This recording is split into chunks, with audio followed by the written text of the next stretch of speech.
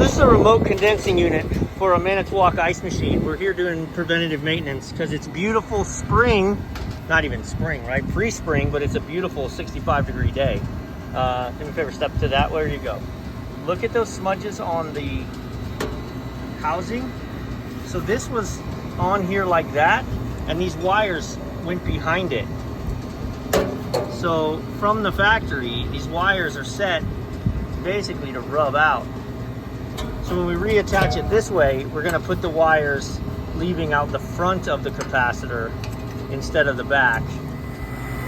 So we're changing contactors and stuff today. In this unit, the disconnect doesn't do anything.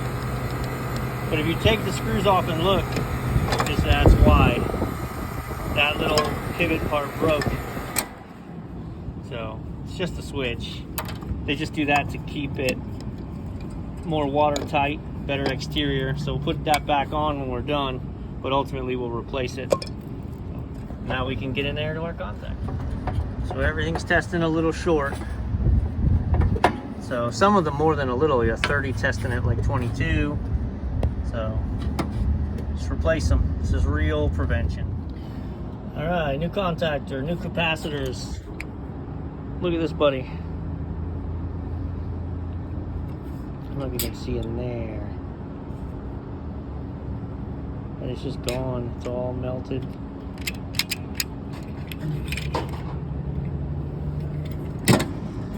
Oh, nice new double pole 240.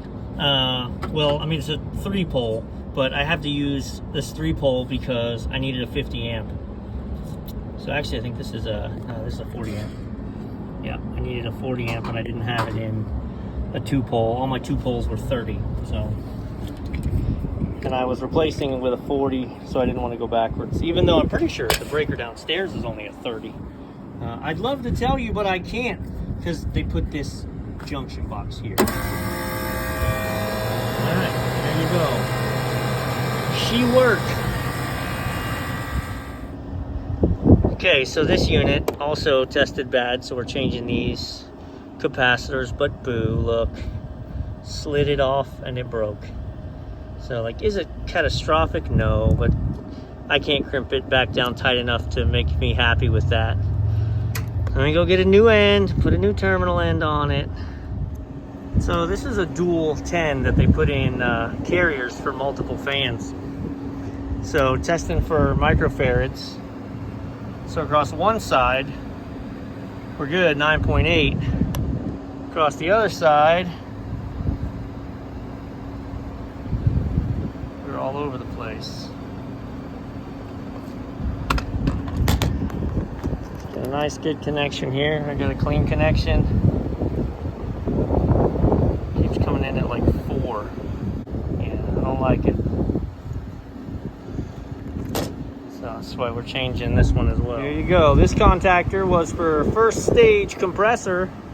What could go wrong? Well, you got first and second stage, 8 up. Third stage not so bad, or third leg's not so bad. First and second stage is gone.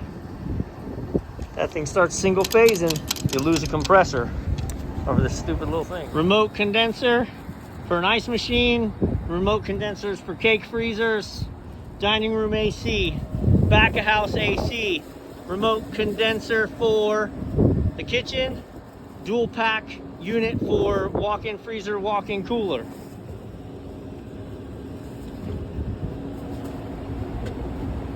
There's what was bad. All of that tests no good. Contactors are burnt up. We've got 4 microfarads reading 1. We've got 10 microfarads reading 6. These 140s were a little short, not terrible, but a little bit. And these were for the cake freezer compressors, so I wasn't messing with that. Look. All that is a breakdown. So like, that's a unit, that's a unit. These were 3 separate units. These were a unit. Nope. 1, 2, 3, 4, 5, 6, 7 pieces of equipment with failed components that are cheap.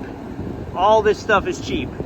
So that's 7 pieces of equipment that we replaced all these things that are going to fail in the heat of the summer before we got there, so we don't have a service call for something stupid like this. Or this doesn't tear down a compressor.